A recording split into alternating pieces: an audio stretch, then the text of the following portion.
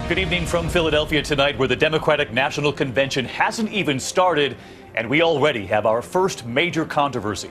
The chair of the DNC, Congresswoman Debbie Wasserman Schultz, has announced her resignation.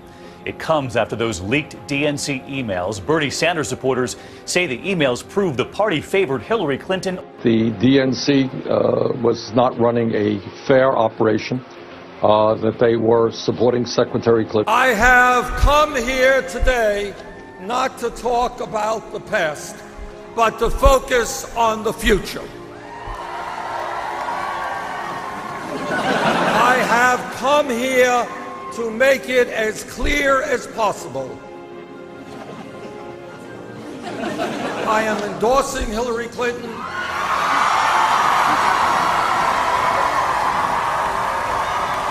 A young man, Seth Rich, who worked for the Democratic National Committee to expand voting rights, was shot and killed in his neighborhood in Washington.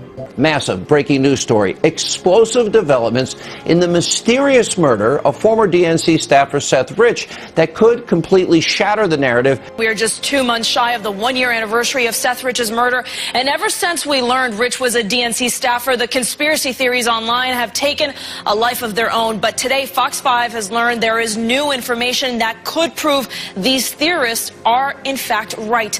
New information from the family's private investigators suggests there is tangible evidence on Seth Rich's laptop that confirms he was communicating with WikiLeaks prior to his death. Now, the question is, why has D.C. police, as the lead agency on the investigation for the past 10 months, insisted this was a botched robbery when till this day there is no evidence to suggest that?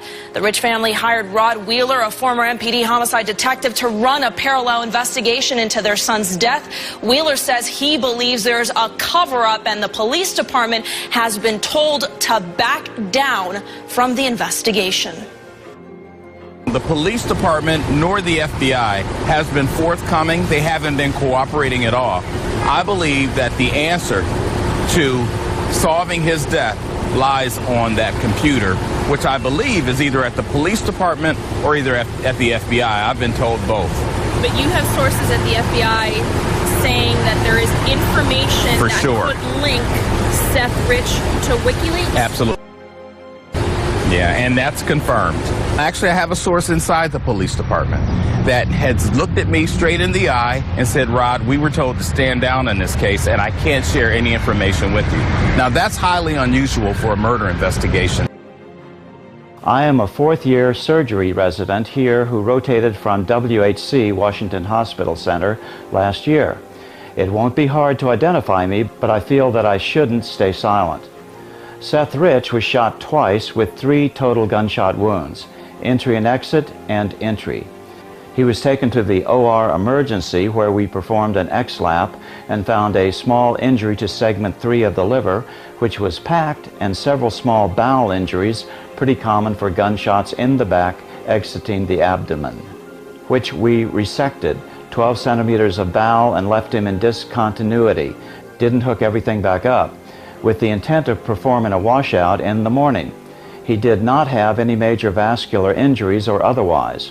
I've seen dozens of worse cases than this which survived, and nothing about his injuries suggested to me that he'd sustained a fatal wound.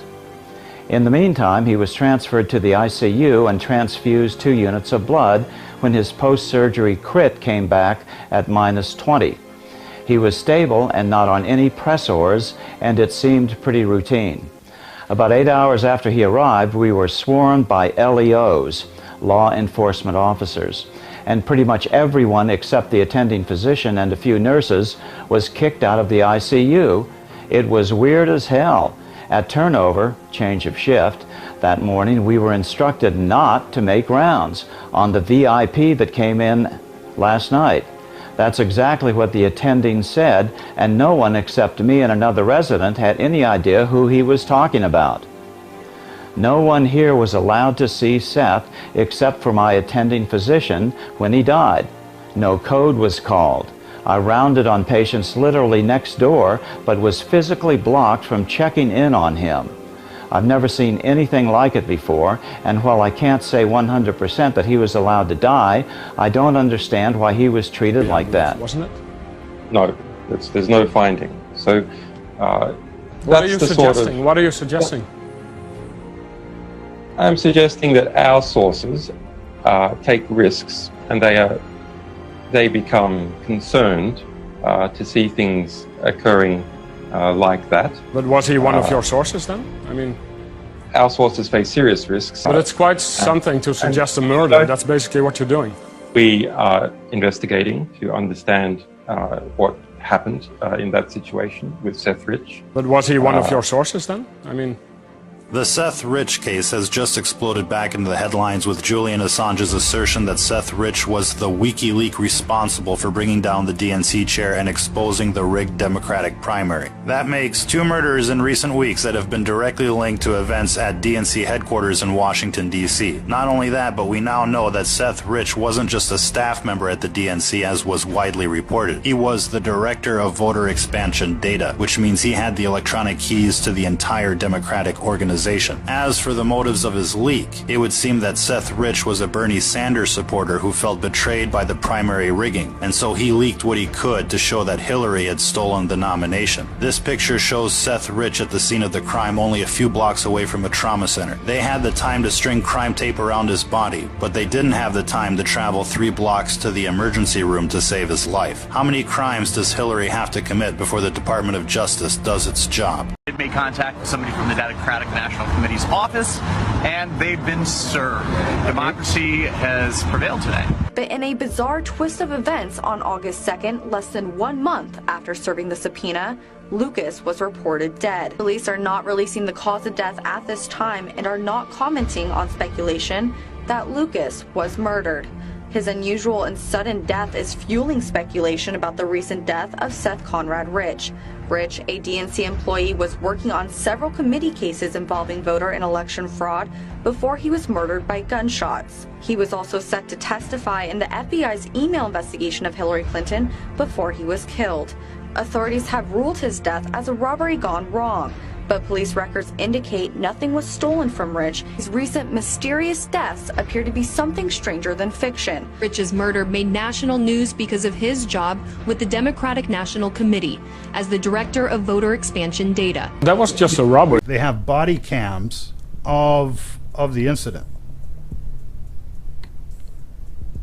And this is one of the big aspects that we need to be focusing on here. Facts about the investigation into Rich's murder continue to raise concerns about the Washington, D.C. Metropolitan Police Department's effort to identify Seth Rich's killers. The public incident report filed after Rich's death shows that several officers who responded to the scene of the crime were wearing body cameras, but Metropolitan Police claimed the footage was lost. This is the official story. This is 2016. It wasn't like 1984. You know, oh, the video was corrupted. Okay. This is last year. Oh, look, you know, this is just one of the big factors here that tells you that this is like a Jason Bourne movie. Like, ooh, look, the cameras went off at the train station. The FBI quietly dumping more Hillary Clinton emails. It happened last night while much of the public was busy watching the Packers versus the Giants. 300 pages of documents put out by the FBI showing Mrs. Clinton was regularly sending confidential and secret information to someone outside the government. 300 pages of documents released by we don't know who within the FBI, which had possession of them. Right. Turning them over to the public to see. What we now know, what Donald Trump feared and argued during the campaign, and what rogue FBI agents who profoundly disagreed with Director Comey's decision to recommend against indictment was true. This is the smoking gun if ever there was one. It ramps up the case for her prosecution.